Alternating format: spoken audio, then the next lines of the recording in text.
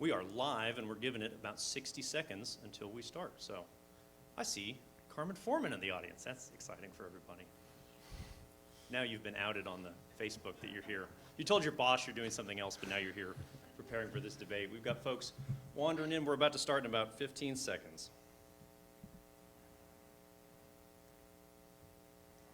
Storme, you ready? Yeah. Michael, we ready? Enjoying the jokes. Sounds good. Well, hello and welcome, everybody, to Money Matters, a runoff debate between the two candidates seeking the Republican nomination for State Treasurer of Oklahoma. We have current State Representative Todd Russ and former State Senator Clark Jolley. My name is Trace Savage. I'm the editor-in-chief of NonDoc.com. We're an online journalism publication based here in Oklahoma, and I'm here to moderate this debate at the great campus of Rose State College with Storme Jones of News 9. Yeah, News 9 is streaming this debate live on News9.com and NewsOn6.com, the Facebook pages of News 9, NonDoc, and other media partners like The Frontier. The Frontier will be fact-checking throughout the night as well. For those of you in eastern Oklahoma, News on 6 is also hosting a big debate tonight live at 7 o'clock. That's between the two candidates for the 2nd Congressional District over there, so that'll follow right after this one. That's exciting. I'm really excited public debates are popular. We're going to be done about 6:30 tonight, so tune into News on 6 CD2 debate afterwards.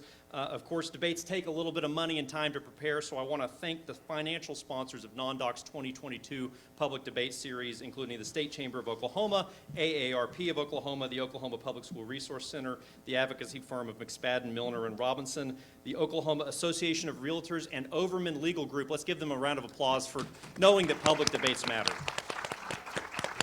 All right, we do have two things to ask real quick before we jump in. One, consider sharing that News 9 Facebook stream so your friends and neighbors can be as informed as y'all are here for being here tonight. Second, please go ahead and silence those cell phones as well. Absolutely. The only reason I'm on my cell phone is because I'm trying to share this. It's streaming on @News9 on Twitter and on the Facebook pages of NonDoc and News 9 and some other media partners around the state who are helping us get this out. I do need to say this to the audience. Please be respectful. Please hold your applause to the end of each round. If there is an issue, we do have security. I can ask people to leave, or I can clear the room if we get real rowdy. I don't think that's going to happen. I've been promised everybody that we're not going to do that.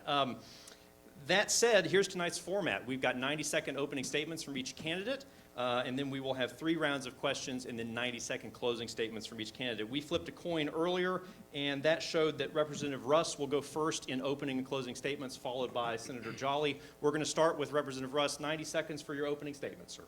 Thank you. Thank you for hosting this. Glad to be here. My name's Todd Russ. I'm a 4th-generation Oklahoma farm boy. I grew up in a wonderful Christian home. Worked my way through college, got a degree in international finance, and got into banking, worked my way up in banking, actually ended up getting to be a president and CEO and ran a couple of banks. Then I got to do the American dream, and I went and bought my own little bank, a little small community bank that I started out in as a little clunker. It was underperforming, it had a lot of problems. Took the bank, brought in investors, sold stock, and grew the bank and got it up and performing, and ended up being one of the highest performing banks, the highest performing bank in its peer group for 6 straight quarters.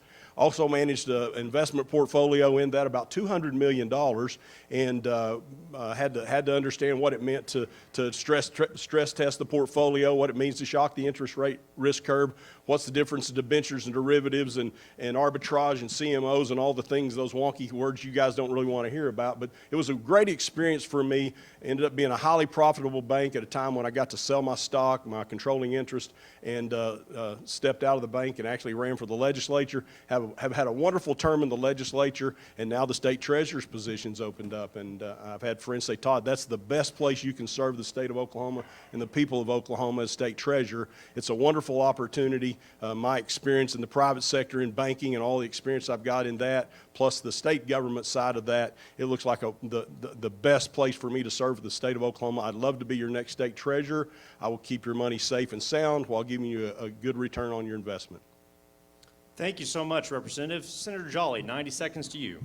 First off, thank you to everybody for being here this evening, and thank you to everybody joining us online and watching this debate on a very important position, and that is the State Treasurer's Office. I want to also say, Trace, to you and NonDoc, and well, Storme, to Griffin Communications for helping host this into Rose State, for helping us with a free facility tonight. It's important that we have a state treasurer that we can count on. A state treasurer is not just responsible for shepherding billions of dollars of taxpayer dollars. That money actually is about people. people that eventually wind up with those funds, whether it's the school teacher that's going to be getting a paycheck, or a retired firefighter and a retired police officer whose families depend on a pension. We've been blessed to have several treasurers in a row that have done a good job of not having any scandals or problems in the office while they've been there. But that hasn't always been the case. Just during my lifetime, we've had 3 different treasurers that have cost taxpayers tens of millions of dollars because of oversight problems within their office. The treasurer's office isn't just about making sure the money is invested right. It's about making sure that you're a good advocate for strong conservative fiscal policy. If you take a look at my record, I spent 5 years as the chairman of the Appropriations Committee in the Oklahoma State Senate and balanced 5 budgets without raising taxes on Oklahoma families. I served as Secretary of Finance for the state and defended our bond rating in New York against the bond rating agencies that, quite frankly, don't care for us. And then I was at the Oklahoma Tax Commission, where Governor Stitt asked me to serve as the chairman, streamlining government, and I would appreciate your consideration, your vote, your trust, and your support 1 week from today on August 23rd. Thank you. Thank you very much, Senator. Let's jump right into round 1, which is titled Reporting for Duties. We'll have 1-minute answers from each candidate on each question. We'll rotate who gets the question first. Storme, I believe you have the first one for Representative Russ. Yeah, we'll start with a soft one. Representative Russ, think back to when you were in school.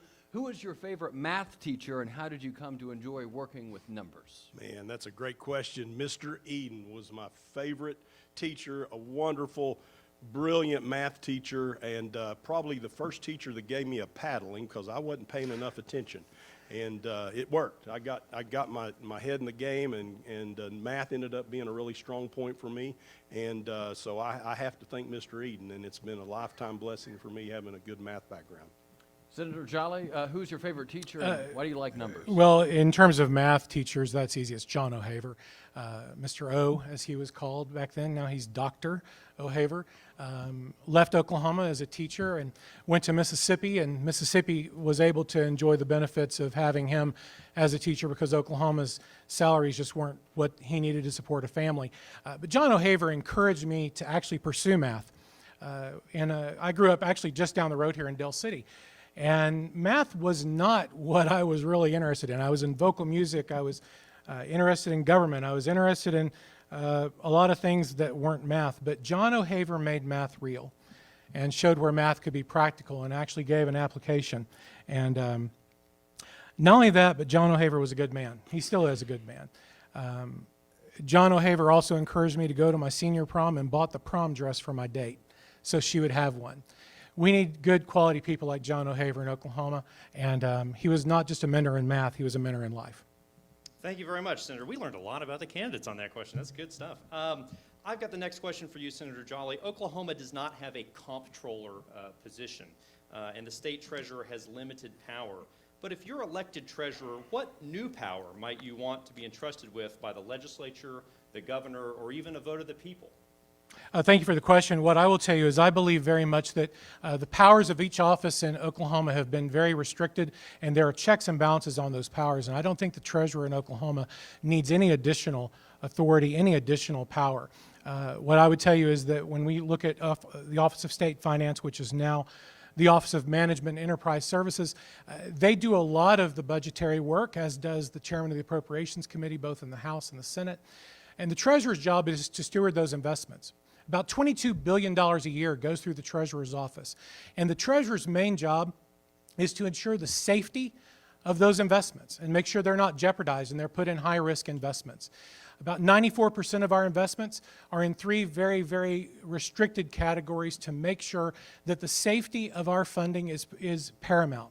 And as state treasurer, I'll take my background and my experience to make sure that we are taken care of and not just aggrandizing government, but living within our means, which is what my conservative fiscal record shows my beliefs to be.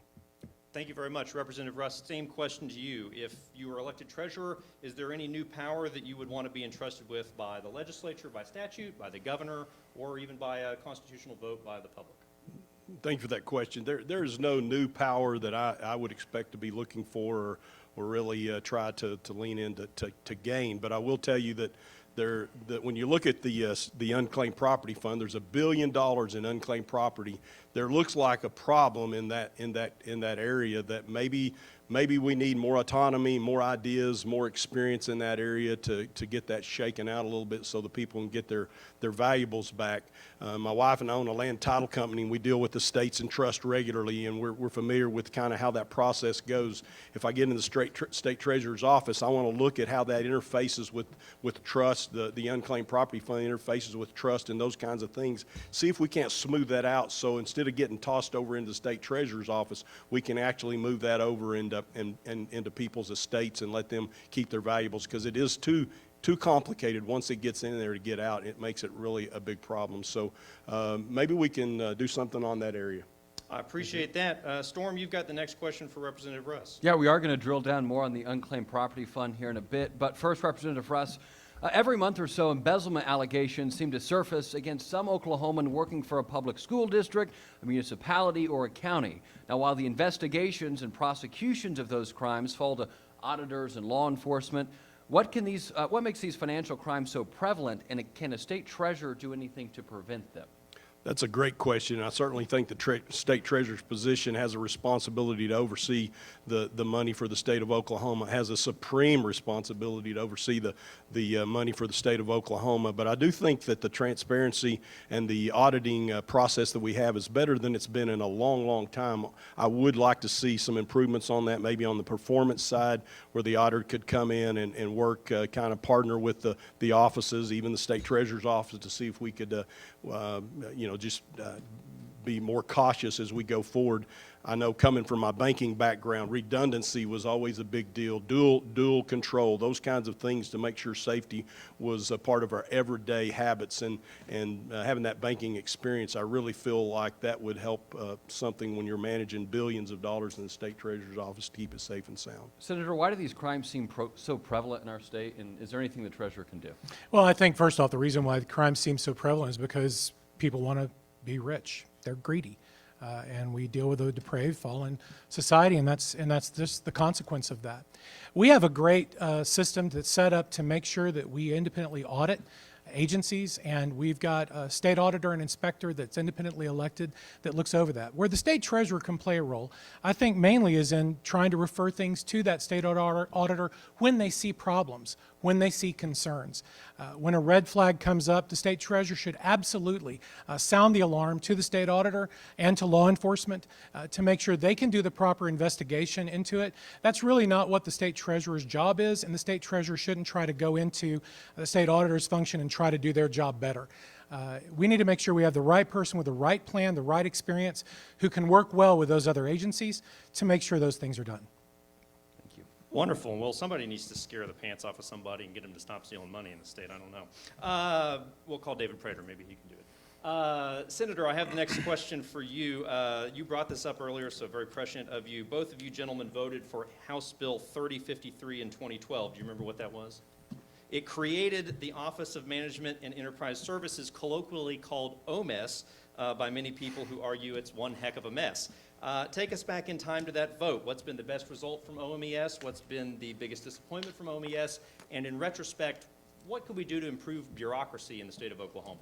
Thank you very much for the question. When we approached that vote in, I think you said it was in 2012? I believe so, yes. Was that right? When we approached that vote in 2012, we had too many government agencies, we had too many boards, we had too many commissions. And one of the things we tried to do in the legislature was try to reduce the size of state government. My experience, my background, I actually wrote bills that actually eliminated state agencies because we had too many. The idea behind the Office of Management and Enterprise Services, they call it OMS. A lot of others in state government do call it OMS. The idea behind it was to achieve synergies and achieve savings. And I think in many ways we've seen that that has worked. But at the same time, it increased the size of that one agency. If I said there was a criticism, I would say the IT consolidation is one that has been successful, but not as successful as it should be. OMES does a great job at trying to work with every state agency, but every state agency's needs are unique, and we need to make sure that OMES continues to remember that their clients, the state agencies, have unique needs, and we'll need to encourage them to work better with them. Thank you very much. My friends at OMES are going to be pretty mad at me. Representative, same question to you. take us back in time to that. What's been the big success of OMES? What's been the biggest disappointment? And what do you think about bureaucracy in general in the state currently? So the idea behind that originally was to consolidate some of the state government. The idea was a valid idea and had great merit. We started out kind of putting some of that together. I will tell you, as we progressed, I realized that we continued. It kind of became the bin that we put everything in that we didn't know where else to take it. About 6 years after we started doing that, I started raising my hand saying, hey, wait a minute, we got a lot of things in OMES. How many hats do you think they can wear? And it just seemed to be the place that was the default place for things to happen. I do think we've got too many things happening in that office. I think they get criticized sometimes for things that we've done in the legislature unintentionally, but you can only cover so many bases at one time. So maybe we can look at that. I think it's become quite larger than we intended, and I think we could probably fine-tune that quite a bit. That's excellent. Well, thank you very much. Check out the new and improved OMES state surplus auction website. There's some great things there. Storme and I got some chairs there for the state capitol one time. It's pretty good. Did we? We did. That's where those blue ones came from. Thought you stole them. No, I signed for them.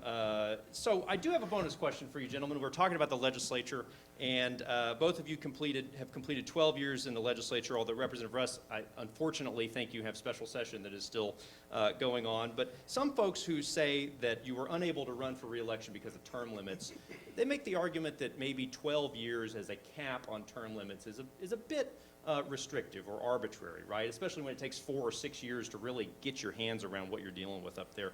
Would either of you support raising the term limit cap to something like 18 years? Yes, no, why? Open floor. No. I certainly support term limits. I do support term limits, but I will tell you, I think it needs to be changed to either 16 or 20 years. That would match the Senate's terms. When you've got members in the House that have to run every 2 years, it's easy for a Senate to say no because they only run a maximum of 3 times. I've had 6 campaigns in my tenure. If you could stretch that out to 16 or 20, the House members could actually get their kind of dig in and get their seniority to go a little bit longer and not have as much turnover. So I would support a 16 or 20-year term limit, but I definitely support term limits. Thank you very much, Senator. Reasons for... Yeah, absolutely. I would not support raising the term limit. 12 years is a very long time. And we have a state of 4 million people, and we have a lot of people who are completely qualified and capable of stepping into roles of leadership and leading with excellence. We don't need to have the same people making the same decisions. I'm very proud of my service. My 12 years representing the Edmond area in the Oklahoma State Senate, it was the honor of a lifetime to represent that area. But 12 years is enough. 12 years is plenty. My predecessor had served right at 16 years. And I think 12 years is exactly where it needs to be. I don't support changing. I think it's a very wise decision the voters made to have it at 12, and I would not support raising it to 16.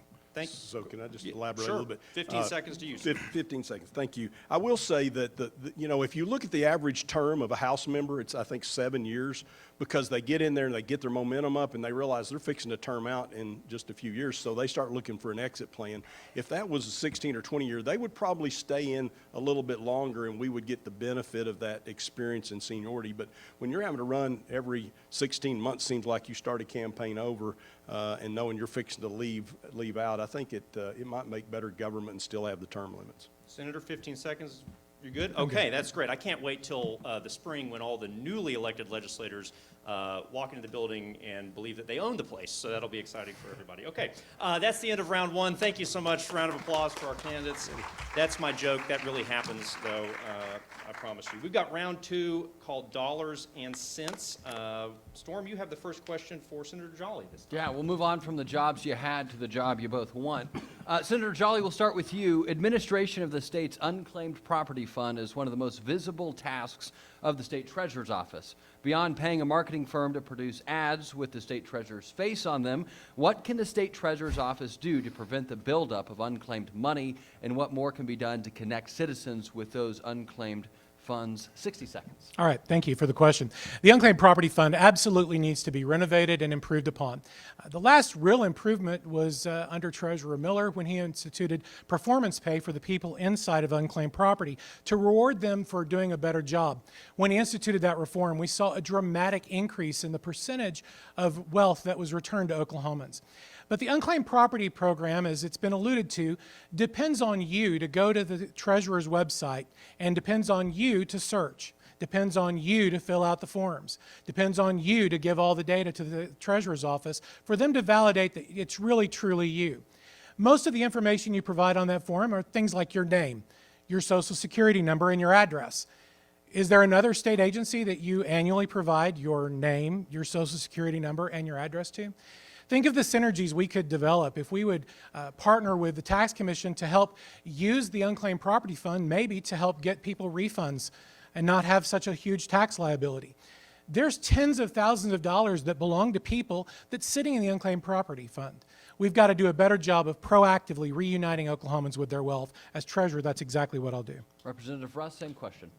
Great question. I answered that quite a bit earlier. I will tell you that the fact that I've had a lot of experience with estates and trusts in my other life and the other businesses we have, I feel like that would give me a unique insight into how that process flows in and out of estates into the state of Oklahoma, and feel like there's something behind the curtain that we really could probably improve on. And as all you probably know, the process is very burdensome and complex, and we certainly need to streamline that, and would be looking intensely at that. I will tell you one of the things that's happened over the years is the Unclaimed Property Fund gets rated for the budget for the state of Oklahoma. I do have a little bit of a problem with us going in and doing that.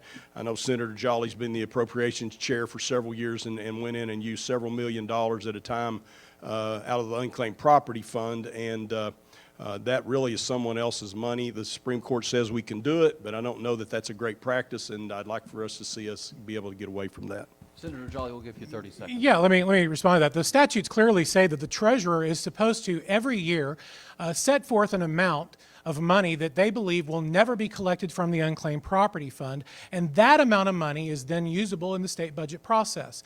It's not that the legislature goes in and just takes whatever money they want out of the Unclaimed Property Fund. The Treasurer plays a role in determining how much money of that is going to not ever be collected, is uncollectible. And the statute says that that amount of money should be utilized for budgetary purposes. So the appropriations chair is using that money is just following statutes that the legislature has provided. I would say it's real easy for the bureaucrats to say they get to use the money, but that money is not tax dollars money. It's not the state's money. Every drop of that money is somebody else's personal assets and belongings and wealth. It's not something we've derived from state revenue. So I just have a problem with the state government going and saying, well, we have a right to use that money and we're going to take it. 15 seconds, Senator. I think that's a very valid viewpoint, and if that's the case, then you can file a bill to undo that statutory provision. But the idea is that, and rather than just let a huge amount of money sit there unused, that a small, tiny fraction of it that will never be collected, being able to use to pay teacher salaries, teacher health insurance, pay for roads and bridges is not a bad idea. Final thought, 15? Yeah, I will say, it doesn't say we have to use it. It just allows us as a bureaucracy to use that as a tool in the toolbox, and it's really not a good tool. It really needs to go back to the people it belongs to, and get that money back to the people it belongs to. Thank you very much, Representative. I've got the next question for you. We're going to talk about the 529 College Savings Plan. Google that right now if you have a kid in, I think, what, 8th grade through high school. See if you can benefit from that. It's probably the other best-known program in the State Treasurer's Office. So tell us how the program works. How successful has it or has it not been for Oklahoma families? And are there any improvements you have in mind if elected? 1 minute, Representative Russ. You know, we've heard a lot about the 529 plan, and I've raised, Christy and I have raised 3 wonderful children, all went to college. We looked at the 529 plan. It is good for some people, but I think there's some things we could probably go in there and probably enhance that and make it better. A good investor can probably actually do better with the money that they're going to put their kids through college with. But that's an exception, and I think there's certainly people out there that this 529 plan fits, and we certainly want to keep it available for them. But I do think we need to probably look at how we can give them better access and incentivize them to use it. Senator, same question to you. Well, the 529 plan is a game changer. It's commonly known as the college savings program, but it's usable for so much more than just college. You can use it for career tech. And thanks to Senator Ted Cruz, you now can use it for K through 12 education. And Trace, you don't have to be 8th grade. You can start it when your child is born. Oklahoma is the second lowest state in the sheer number of people who have actually invested in this program. You not only get some tax benefits from it, that money grows in an investment vehicle tax-free. So you can use it to help pay for your kid's education, your grandchild, your niece, your nephew. You can use it to pay for their education. We have a huge problem in our country that people keep talking about with student loan debt. The liberal answer to it is just to forgive it. The conservative and the responsible way is to encourage savings. Oklahoma needs to do a way better job, and as treasurer, I will do everything I can to encourage more investment in the 529 by partnering with businesses, with our tribal partners, with our hospitals when children are born, to make sure that everyone knows it is a viable option for you to save for your child's education. All righty, we'll be going back to Senator Jolley on this one. I think these are 90-second responses. A 2020 survey by AARP Oklahoma found nearly half of Oklahoma small business owners are concerned about themselves or their employees not having enough money to cover critical expenses when they retire. Across the country, 16 states have established state-sponsored retirement plans for private sector employees. With many Oklahomans and small business owners worried about retirement, as treasurer, would you support lawmakers establishing a state-sponsored retirement program? Why or why not? Thank you for the question, Storm. As he mentioned, there are several states that have implemented state-sponsored retirement plans. I don't know about you, but I think government doesn't exactly handle things like the private sector does nearly as well as the private sector, and we don't need government getting in to the financial services industry that is very well taken care of by financial professionals across our state.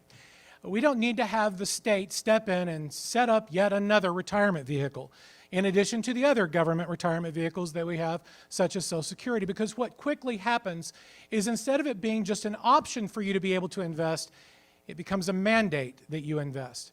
Oklahomans need to control their own futures, and as state treasurer, I will not support going in and competing with the private sector when it comes to financial investments. We should leave that to the professionals who offer their services every day in their community. We shouldn't empower a bureaucrat in Washington, D.C. or in Oklahoma City to manage your retirement. Senator, I have a quick question for you real quick. So why do you support the 529 college savings plan but not a retirement plan? The 529 and retirement are radically different. One is the 529 is an act of Congress that was designed to encourage tax-free growth of investments. That's not what we're talking about when you're talking about a retirement plan on Social Security type benefits. It's apples and oranges.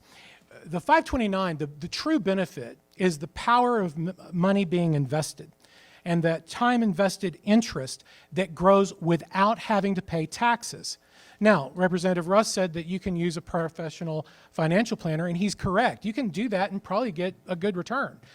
But you're not going to get the tax savings that the U.S. Congress has given to families by allowing that to grow tax-free. That is a very different story than just starting a state-sponsored retirement plan. Very different, and I think very much apples and oranges. Representative, 90 seconds. You know, I think the best state-sponsored retirement plan for the private sector is for the state to get out of the way, let the working class and the mom and pops and the small business people keep more of their hard-earned money in their pockets, so they'll have enough money to make their own choices when retirement comes. So, you know, I think that that there's a lot of things that we could probably look at for small business, and you know, Christy and I own multiple businesses and have made payrolls for 2 or 3 decades, and we understand the challenges of a small business and trying to put back money for capital investments and all the insurances and taxes and things that we have to come up with. I mean, small business is just absolutely inundated and overwhelmed with regulations, more taxes, more compliance issues. It makes it really tough for them to have something in the future. We need to look at that and focus on that and ask government to get out of the way as much as possible. Thank you very much. I have the next question for Representative Russ, and yes, it is 90 seconds for this round. I'm sorry, Storm. Under a bill signed into law this year, the state treasurer is now tasked with creating a list of financial institutions that are boycotting oil and gas companies. House Bill 2034, signed this year, requires the state treasurer to create and maintain this list and it requires state agencies to cut ties with those companies that are on the list. A Senate staff report estimates it'll cost the Treasurer's office about $250,000 to compile the list, but the cost of actually divesting from those companies is unknown. As the state's top money man, what criteria might you use to determine if a financial corporation is hostile to the energy industry, and how would divesting from these companies affect the state's pocketbook?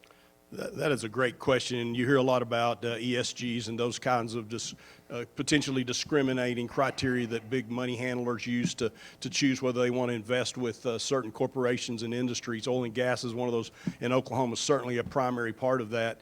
We did pass legislation that said that if they discriminate against Oklahoma industries and oil and gas, we will divest from them. But you need to have the personal experience to really look at their financial plans, what the ESG statement really says. I mean, does it say what Oklahoma likes for it to say as far as the ESG and the things that it means, or is it going to say something that downplays and puts down Oklahoma and some of the things, you know, Senator Jolley's made comments about he'll sign the letter on the first day and believes in all the great things that are great Oklahoma values when it comes to oil and gas, but unfortunately Senator Jolley signed a bill and was a part of a bill. Bill ended up having a $132 million impact on the oil and gas industry.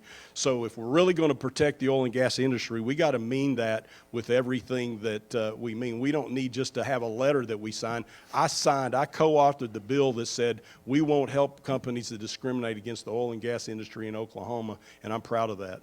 Senator Jolley, let me go ahead and let you answer that question and respond to whatever you need to respond to. We'll have a little more discussion on this topic. Go Sure. ahead. I think when you take a look at it, the Wall Street Journal even today talked about the ESG investing backlash in an editorial that they had, and it really, I think, sets the tone for what the real problem is. You have large multinational corporations such as BlackRock Financial that have utilized their own decision-making to try to impact the market to restrict investments in oil and gas company and fossil fuel companies. This is not required, it hasn't been mandated, but they've decided that that's what they want to do. And the reference to the letter is back in November, Treasurer Riley Moore, the Treasurer of West Virginia, said that if you're going to participate in this type of an idea to not invest in West Virginia's coal and fossil fuel industry, then West Virginia is not going to invest with you because you're no longer in the best interest of West Virginia. 15 states have signed on to that letter saying, we agree, we're not going to do it. Oklahoma has not yet done that, and I've said I will sign that letter day one because Oklahoma needs to stand firm against people who want to hurt the principal economic engine in our state, which is oil and gas. And for those of you who are watching in rural Oklahoma, make no mistake, agriculture is next. They've already talked about wanting to institute a methane production tax that would devastate our cattle industry. They're going after those critical economic engines.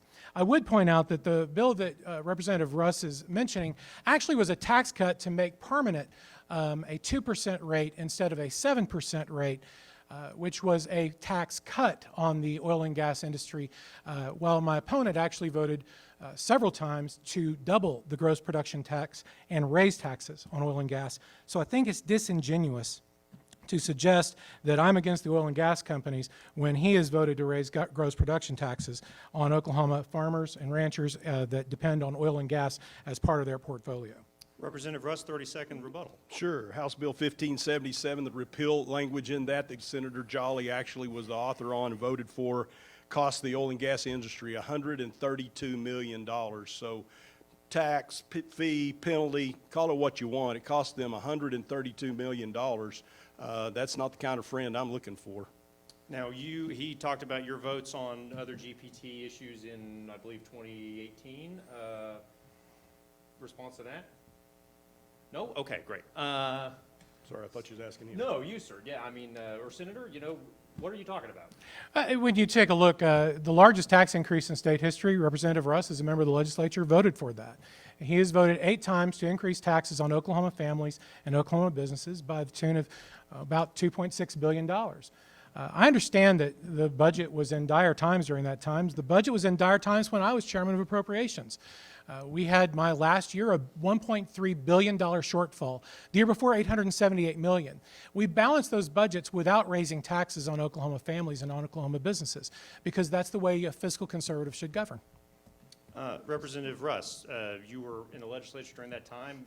You saw the cuts that were necessary when that was the case. So Why I did you want vote for those bills? to rebuttal to what he said. You Please. know, when you look at Senator Jolley's record at that time, I mean, he claims it was some of the hardest times, and I raised the taxes. Senator Jolley had 5 years to give the teachers a pay raise, and he rated the agencies, especially more than anything, he rated the licensure agencies that were part of like the accountancy board, cosmetology, medical licensures. This is their money. That's not tax money that was derived from taxpayers. They assessed themselves their money, and Senator Jolley rated their accounts and took their money to help with his appropriations. Ended up cratering the budget for the state of Oklahoma, and Senator Jolley's reign cost us two downgrades on our bond rating with Standards & Poor, and the idea that we raised taxes to give the teachers a pay raise was some kind of a terrible thing to do is it's going to be hard for him to answer for down the road. Senator, 15 seconds. The money wasn't directed on the tax increase to pay teachers. It was directed to fund state government, and that's what Representative Russ voted for. He says that my actions cratered our budget. I inherited a time of economic inactivity in our oil and gas section because globally oil and gas prices were cratered. We had a huge drought that devastated our agricultural economy. Oklahoma was facing a creature not of budget, but of circumstance. And I'm proud of what I did during my time as budget chairman. We balanced the budget without raising taxes. It wasn't a tax increase to fund teachers. It was a tax increase to fund a bloated government. 15 seconds, final thought. He had 5 years to give a teacher pay raise. He didn't get it done. We gave a teacher pay raise. We did the heavy lifting. We listened to the state of Oklahoma. The polls said 62, 68% said give them a pay raise. We were left with a terrible cycle and a terrible budget when Senator Jolley left. We still figured out a way to do it and gave them a pay raise. We're going to throw another question into this round at the end. You want to go to the top question on page 8, Storm? We'll start with, I forget who, we'll start with whoever you want to start with, Storm. All right, we'll start with Senator Jolley. Among the numerous funds that the state treasurer monitors are the public pension systems, which underwent reform last decade to decrease the unfunded liabilities and shore up their solvency for future retirees. Pensions received a modest cost of living adjustment, or COLA, in the 2020 legislative session, but nothing since then. With outrageous inflation straining everyone's budget, what is your view of the current pension funding percentages, and should the legislature pass another COLA for retired teachers, public safety officers, and state employees in the spring? Thank you for the question. Here's what I will tell you is that Oklahoma's pensions were horribly underfunded because of decades of practices that the majority party before the Republicans took office routinely would just spend every year in an election year. They would give a cost of living increase and they would never fund it. That was the problem that created 35%, 43% funding in some of our largest agencies. I've actually sat on the second largest pension fund and served as the vice chairman of the Oklahoma Public Employees Retirement System. And I also was in New York defending our bond rating. And I can tell you, us improving the funded ratio has been one of the biggest successes for Oklahoma in its fiscal outlook with the pension, with the bond rating agencies. The problem is, especially dealing with Joe Biden's inflation, those families are living on a fixed income. We have to provide additional revenues to make sure they get a COLA. Now, the concern I have is the COLA has to be funded. If you give a COLA without the funding, then you're just doing the same things that were causing the problem to begin with. So that's a yay on the COLA? We should do the COLAs, no question. But we should not do the COLAs the way that the Democrats did it before we took office and reformed the system. We should make sure that we actually fund the COLAs. Because if you don't do that, you're just adding unfunded liabilities to a financial system. Look, those are our largest investments. They also are our largest liabilities. And we've got to make sure we're fiscally prudent and conservative in funding those COLAs. Representative Russ, do we need a COLA for inflation? You know what? I was fortunate to come in. When I first came in, I was co-chair with the great Randy McDaniels that was the reformer on the pension systems. When I came in, they were funded at about 40-some%. They were almost at the failing level. We went in and found a way to reform those. We put in some safeguards that said the actuarials have to say that fund is throwing off enough money to spend it. We've got good safeguards in it. If the legislature will look at those and follow those and not repeal those, we can make that happen. I was part of putting about $800 million back into the pension systems and putting money into those systems to get them reformed and back in healthy position was a big part of that. I think that the retiree should have every single dime that comes out of that pension system that it throws off in profits, and the help that that pension system can create in positive revenues. I also think that the legislature has done some very heavy lifting in spite of the 5-year downturn that we couldn't put any money into it when Senator Jolley was the appropriations chair. We found ways later to put hundreds of millions of dollars in that to get it up to where we actually gave a COLA for the first time. I will tell you, if we haven't lost about $30 million in certain agencies and other things back when Senator Jolley was the chairman, we probably could have put more money in there, but the health department couldn't find $30 million under his reign, and the year after he left, the House pulled in a commission and had them go in and study and assess that, and we found where that $30 million was at the health department, and we were able to give COLAs for the teachers. So is that a yay, nay, COLA next spring? You for it or against it? Only if the criteria says that it's healthy enough to spin it off, and I'm definitely for it if the criteria says that the pension systems are healthy enough to pay. Do you think it does right now, based on the last look? I think it's looking better, but we did pay one, and it takes a while for that to catch up. It'll take about 2 years for that to catch up, and it's questionable. Okay, thank you very much. Round of applause. That's the end of round 2. Okay, good. Round 3 is titled Interest Rates because this is going to pique your interest, I think. Storme, we've got questions for each candidate about their backgrounds. Storme, let's start with you for Representative Russ. Perfect. Yeah, the third round is kind of where we dig into folks' record in our debates. And with the 7th debate, we'll keep with that. This question is to Representative Russ. In 2016, you said on the House floor that Native Americans are genetically predisposed to having problems with alcohol and that they cannot process alcohol like other people. You apologized for your comments in 2016, but in a state with 39 tribal nations, how do you convince indigenous voters that you understand and respect their cultures, history, and discriminations they can face? 90 seconds. Great question. The people that got upset about that were some out-of-state special interest groups that my opposition sent them bad information on. The people that heard what I said were very compassionate, very understanding, knew exactly what I was saying. I was defending the Native Americans and all the other, any minorities and Americans that have these genetic dispositions that cause them to have an alcohol problem and the things that, and it was explaining how it had affected my family. It was very much a compassionate, defensive position for them. They just got told bad information. The people that I explained my comments to were very understanding and understood exactly where I was coming from. So those are the kinds of things that people can say it the way they want to and spin it the way they want to and make it look bad when really it was very much from the heart. It was a very personal statement from my family, my perspective on alcoholism and how to protect the people that are affected most by that. Senator Jolley, 30 seconds. Any thoughts? You were terminated out of the legislature. Let me just say this.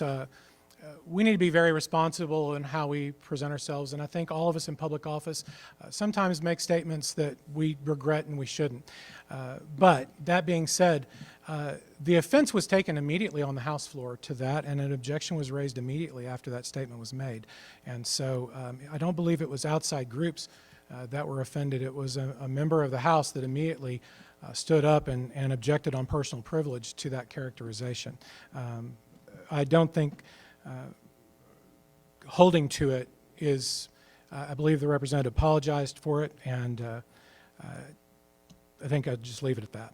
Representative, anything else? Sure, yeah. If you really want to know the inside baseball politics of it, the person that stood up on the House floor and complained was the opposition Democrat that sent it out and tweeted some stuff that wasn't even factual about the information and got a firestorm going. So, yeah, they immediately took an opportunity to make hay with that and misrepresented the facts and distorted the actual language that I used. The word that went out was I used the word drunk Indians. I never used the word drunk, and I never used the word Indians. I was highly respectful. These are my friends, my neighbors, people that I'm akin to and I work with and I love. So the representation that I was being insensitive or anything like that was absolutely preposterous. If you go back and look at the video, it was a very emotional place in the legislature. I think part of the reason Senator Jolley takes exception to it is because he was the reformer and the author on all the alcohol reform bills and was leading the charge in the Senate on that. I was highly opposed to it. Thank you very much. Senator Jolley, I'm going to talk to you a little bit about the David Ostro case. Strap in, folks. If you're not familiar, I'm going to give a little supposition to it. So before running for state treasurer, you served on the 3-member Oklahoma Tax Commission. And in late 2020, during your time as tax commissioner, fellow Commissioner Steve Burridge emailed you and the 3rd commissioner, Charlie Prater, his frustrations with then Secretary of Digital Transformation, David Ostro. These emails included Mr. Burridge's proposal for an executive session meeting agenda item, as well as other conversations about Mr. Ostro. Within a month or so, Mr. Ostro was indicted by a grand jury led by former Attorney General Mike Hunter's staff. When Mr. Hunter resigned 6 months later, he dismissed the Ostro indictment, and Mr. Ostro has provided notice that he could sue the Tax Commission and the Attorney General's office for what he calls political prosecution orchestrated by tax commissioners and by Mr. Hunter. So, Senator, that's a long intro. Were the email communications between Mr. Burridge, Mr. Prater, yourself, violations of the Open Meetings Act? And what is your opinion on what happened to Mr. Ostro? Thank you for the question. What I would tell you is that the emails, I believe, also included the counsel to the commission and discussions on whether we can have a discussion about this specific taxpayer that Mr. Ostro had been speaking to the commissioners individually about and advocating for. We'll see if Mr. Ostro files a lawsuit. He's filed a notice, and I know he's asking for information. What I would tell you is that while I was at the Tax Commission, all of our meetings that we had with executive session planning, executive sessions being listed, were run by the counsel to the commission, and the counsel to the commission advised the chairman of the commission on whether or not those items should or should not be included for executive session. They believed the matters did fall within the statutory parameters of what would be required to be confidential because taxpayer proprietary information would be involved in the discussion. With the rest of it, I don't feel like it would be appropriate for me to go into the details because it is possible litigation that Mr. Ostro has the right to file, but also I want to make sure that I don't violate any of the taxpayer privilege and proprietary information the taxpayer has. Thank you very much. Quick follow-up. I think some of the email, are you saying that the email between you and the other 2 commissioners, because the general counsel was looped, there were conversations about a podcast that Mr. Ostro had appeared on where he had made statements that Commissioner Burridge did not like. Were those conversations allowed, or were those violations as a quorum of the 3 tax commissioners? I don't believe any action was being taken, and when you look at the nature of a 3-person commission, that is one of the difficulties is how do you communicate, how much do you communicate. The law is very clear that no actions by the commission can take place in those instances, and I don't believe any actions were ever taken place over an email. In fact, we had discussions during the COVID, during the COVID crisis, can we cast votes via email? Can we take official actions via email? And we clearly believe that no, we could not take official actions by email, and I would suggest that no official actions of the commission ever took place over an email. Thank you very much. Representative Russ, 30 seconds. Your thoughts on the Ostro case and what happened? When you're part of the largest collection agency, state-run collection agency that we have in Oklahoma, the responsibility and the sensitivity to the taxpayer and the people of Oklahoma should be paramount. And to use that position as a position and a platform of power and bullying the people that you're trying, that we as legislators and other outside interests are trying to help them go through that process is absolutely egregious that the commission and some of the departments in the tax commission can be so hard to work with, so stiff-armed to the taxpayers and the people of Oklahoma. Someone comes in to advocate for someone else, and they get threatened with and they actually have a grand jury investigation placed on by the commissioners because they're coming in and advocating for someone. I got up on the House floor as soon as I heard about it, and I railed on the tax commission for blocking the right for people to come in and actually advocate for their liabilities and the problems they're having with the tax commission without getting threatened to have a lawsuit placed on them. It's just unexplainable. Senator, final remark to you on it. What I would tell you is the tax commission's job is to treat every taxpayer fairly. And when somebody, whether they hold an office or they hold an appointed office, goes in and tries to utilize their office to try to get a deal better for their constituent than the regular everyday taxpayer gets, the taxpayers should have protection. That's why the commissioners are there to ensure fair and equal treatment under the law is given to taxpayers and that nobody gets a special deal just because they know somebody in power. And what I would tell you is that as a commissioner during my time, we tried to make sure that every taxpayer was treated equally and fairly, and we didn't tolerate anybody trying to come in and get a special deal that other taxpayers would never get. So for commissioners to arbitrarily get to decide who gets heard and who doesn't heard is not democracy. What do you call that? It's tyranny. When somebody comes to the commission and says, will you work with me, maybe they're a little aggressive. If you don't want to get beat up on, don't get in state government, don't get in politics. It's just a full contact sport. And if you're not ready for that, you don't need to be here because getting involved with the tax commission will get you stirred up. But the decision by the court to say, no, this doesn't merit what was claimed by the commissioners says that the discretion and the ability for the commissioners to make good choices for the taxpayers went awry. And it's really unfortunate that that would happen to anybody in the state of Oklahoma. Final 15 seconds if you want it, sir. What I would tell you is that every taxpayer has the right to be heard. Every taxpayer has the ability to ask for a hearing before the full commission to have their case heard. And I don't know of one instance in my almost 5 years, including my time as chairman of the commission that Governor Stitt appointed me to, I cannot think of one time that we told a taxpayer, no, we don't want to hear from you, at least not while I was at the commission. Thank you very much, Senator. Representative Russ, I have the next question for you. Shortly after you stepped down as CEO of Ouachita State Bank, the FDIC initiated proceedings in 2009 that alleged the bank had engaged in, quote, unsafe or unsound banking practices. Your opponent has mentioned this in a TV ad. I believe there's an article from the Frontier recently about this. So how was that FDIC proceeding resolved ultimately, and how did your bank find itself in that position? What is your explanation to voters for that? You know, that's a great question. I'm glad we get to address that. I got to tell you, when I saw that and I saw Clark sponsoring that, I thought about Ronald Reagan when he said, "There you go again."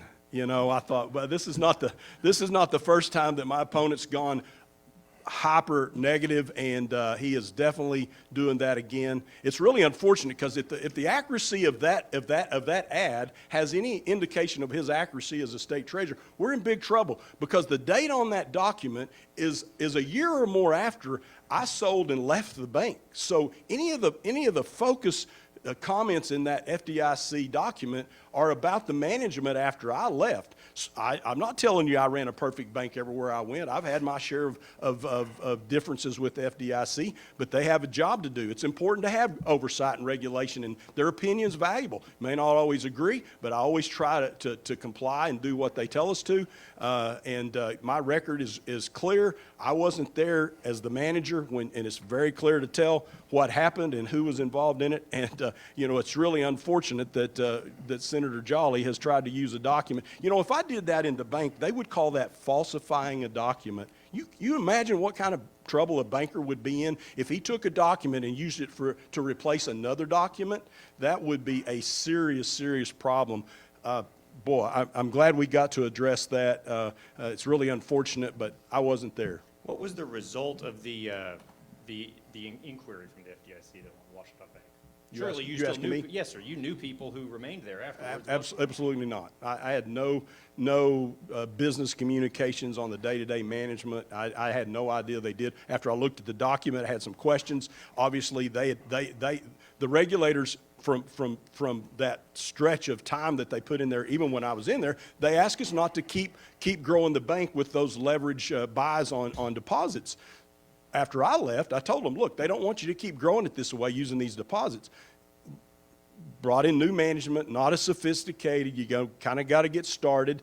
They went in and they actually picked up about $54 million. They bought about $54 million in wholesale money, and that's what they got in trouble for, and they've corrected that since. The bank's a fantastic bank, and everything's fine. But I will tell you, when I was there, I ran a high-performing bank. It was aggressive. We did a lot. My sole objective was, number one, keep the depositors' money safe, and number two, give my shareholders the best return on their investment that I can. I told you earlier, I run the highest performing bank on ORI for over 6 quarters. We were a fantastic bank. We did great things. Can't tell you the regulator agreed with 100% of it. I corrected course when they didn't, and I ran a fantastic bank. Thank you very much, Senator Jolley. 30 seconds to you. Well, let's just clarify a few things from the FDIC report itself. The FDIC report was filed in 2009 based off of a 2008 examination. The examination began on December 8, 2008, using financial information in place September 30, 2008, which is approximately a few months after Representative Russ left as president and CEO, according to the Frontier, in the summer of 2008. The FDIC specifically said that the bank engaged in unsafe and unsound banking practices and that the management had been less than satisfactory in resolving the concerns. It specifically alleged problems with purchases made in 2007, and purchases made in 2008, in early 2008, when Representative Russ still would have been there. Some of the remarkable things in it. Representative Russ mentioned at the very beginning the performance of his base compared to his peer group. In net non-core funding dependence, which is a measure of the extent to which a bank relies on volatile liabilities to fund long-term earning assets, the FDIC guidance suggests that you never exceed 45%. Representative Russ's peer group was at 21.76. Representative Russ's bank was at 85.6. That didn't happen in those few months after he left. Broker deposit, which is going out and asking for the highest interest rate buyer you can get, was at 64.7% compared to the peer group average of 1.95%. This is not stuff I'm making up. This is documents from the FDIC. Representative Russ said that when you're running an aggressive bank, regulators are very antsy and they're very watchful, and that's not a bad thing. But to suggest that the FDIC couldn't get their head around what the bank was doing shows an aggressive and or a risky management schematic that you're not apologetic for. We cannot have somebody that is going to take that risky behavior into the state treasurer's office with the taxpayer's dollar. Thank you very much, Representative Russ. Yeah, I can tell it's there you go again. I tell you don't know how to read the FDIC information. I mean, sure, the deposits were wholesale deposits, but at that time in the cycle of the economy, the wholesale deposits were cheaper than the actual individual CDs. So we were getting those at a better price, and they were looking at those because it was unique. Some of the things that we were doing with it, they were asking us. They couldn't figure it out. They brought in people from Houston, Dallas, Austin, everywhere, trying to look at what we were doing. Some of it was proprietary. It was very intellectual. It was very unique, and it was highly profitable. It was very well secured. We had our loan loss reserve probably double for any losses. Our depositors never lost a penny, and we made a profit every quarter, and we had zero at risk because we were smart. If we could buy a 20-year bond with a three-year tail on it, had 36-month payout, the regulators may say you got to book that as a long-term asset because it's a 20-year bond. It's like, yeah, but it's a 36-month payout, and we matched it with the 36-month CMO. Is that really a bad thing? Well, I don't care. Technically, it's a 20-year bond, and they had us mismatch those or felt like we were mismatched because we were putting them on short-term, and they thought they were long-term. So, I mean, there's a lot of things that we could talk about that are really probably boring the crowd right now. But at the end of the day, my record's stellar. We were a highly profitable bank. We didn't lose a dime for anybody and did a great job. All I know is my banker friends are really excited. They're going to dig down into the teeth of this. Storm, you've got our final question of round 4. Yes, this one will go to Senator Jolley, and we've heard about it this evening from your opponent. During your time as Senate Appropriations and Budget Committee Chairman, state finances were poor. There were cuts, revenue shortfalls, and public frustration, which eventually led to major revenue deals in 2018 after you left office. What would you say to teachers and others who may associate your leadership with poor financial times? 90 seconds. Well, I'd say first off, you need to take a look at what we did with education funding during my tenure as Appropriations Chairman. 4 of my 5 years as chairman, we had shortfalls. We didn't have more money, we had less. And yet we kept education as harmless from cuts as we could possibly do that. My last year, we were $1.3 billion out of a $7 billion appropriated budget that we were shy. And when you look at my entire tenure, we were able to preserve all but $25 to $50 million of state appropriation funding. But overall, education received an increase because of the money they received both from the federal government as well as from local ad valorem dollars. When you look at the tenure, I actually was proud to be a co-sponsor of one of the largest teacher pay raises this state has ever had. I'm an educator myself. I teach both at Oklahoma Christian University and at Mid-America Christian University. Providing for the families, I have an education degree. And I decided not to go into education. I decided to pursue a career in law because I knew I wouldn't be able to afford to pay for my family without my wife having to work. We need to make sure that teachers are paid as professionals. That's why I was making sure that education was held as harmless from cuts as possible. And if it means that I had to raid revolving funds from bureaucrats that were sitting on tens of millions of dollars rather than letting that money be cut from education, I'll take that charge any day. Representative Russ, 30 seconds. They weren't bureaucrats. These are professional agencies that are licensed. It's not like just government agencies necessarily that I was referring to. But yeah, it's really unfortunate because Senator Jolley had a chance to really do something great for the state of Oklahoma. He could have actually made a difference. Instead, he wrecked the budget. He killed our bond rating, lost 2 different downgrades in the bond rating while he was here. Instead of focusing on how are we going to get a teacher pay raise, how are we going to get these agencies, these core agencies funded, he was busy running a Common Core bill to put Common Core in our schools, and like that was going to help our kids and that was going to help our teachers, instead of finding ways to fund the things that were core services, find the money that we need to in places that we've misplaced the money. $30 million we couldn't find for 5 years, and the House does an investigative review, and we finally find the $30 million. I mean, I don't know what else to say about his record. It's pretty much speaks for himself. We gave the teachers a pay raise. We pulled the state of Oklahoma up out of a terrible situation. We put a rainy day in place. We give the oil and gas industry. We did a program where you smooth out the oil and gas revenue. We did all kinds of things to make sure this never happens again. And it would have been really nice if we could have had that done 5 years sooner. Senator Jolley. When you look at my record, I'm proud of what I did during my 12 years in the Oklahoma State Senate, representing my constituents. The gentleman mentions Common Core and mentions that I should have been focused on the budget instead of working on education policy. For the record, I voted to repeal Common Core when it became clear that the Obama administration had corrupted it and made it something that was way worse than what it was when it was originally proposed, which would have been, by all conservative accounts, an improvement on Oklahoma standards. To suggest that it was my actions that led to our downgrade in bond rating, that's not accurate at all. I've been in the meetings in New York with the bond rating agencies and helped keep our bond ratings high where they need to be. But they need to be higher.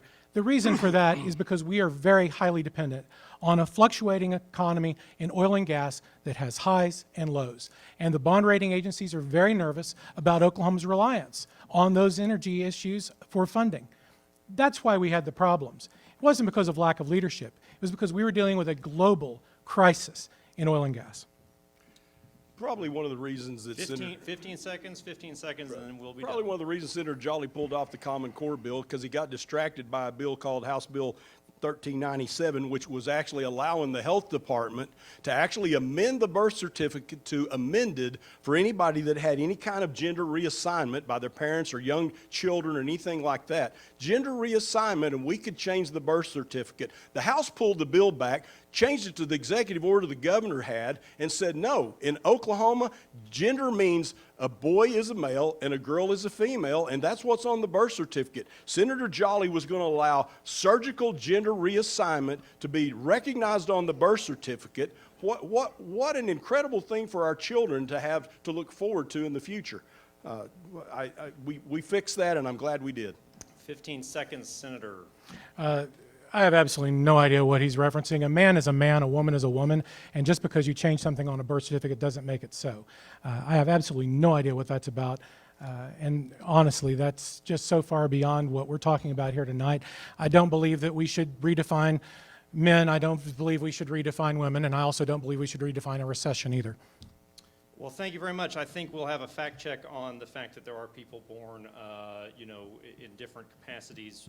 The words escape me right now under the bright lights, but certainly these are things that actually happen. Storme, we're going to go to closing statements. Round of applause for the third round. We're going to have 90-second closing statement from Representative Russ, 90-second closing statement from Senator Jolley. Representative?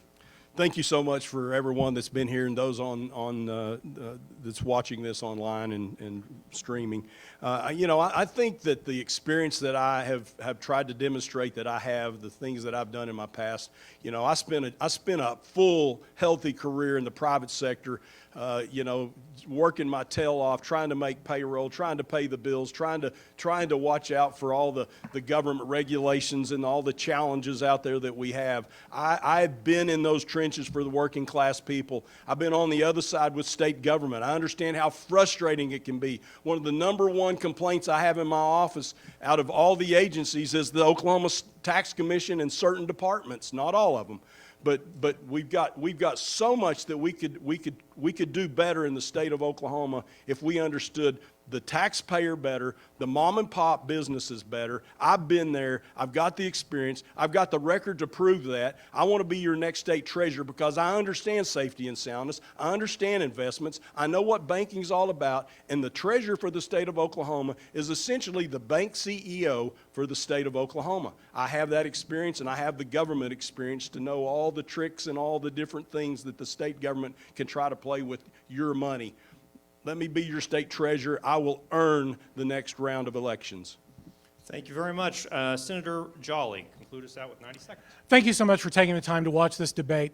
The job of state treasurer is a vital one that makes sure that our state investments, which is about $22 billion a year just in the treasurer's office, is shepherded wisely.